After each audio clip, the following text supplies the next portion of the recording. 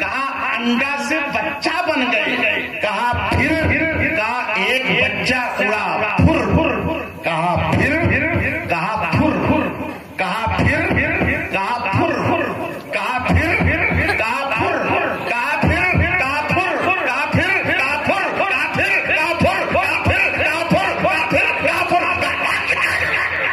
कब तक तेरा फुर फुर चलेगा?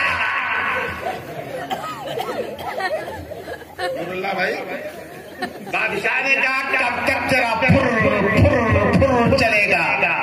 तो वो बहुत होशियार देहाती था, कहा जब तक आपका फिर चलेगा तब तक मेरा फुर फुर फुर चलेगा।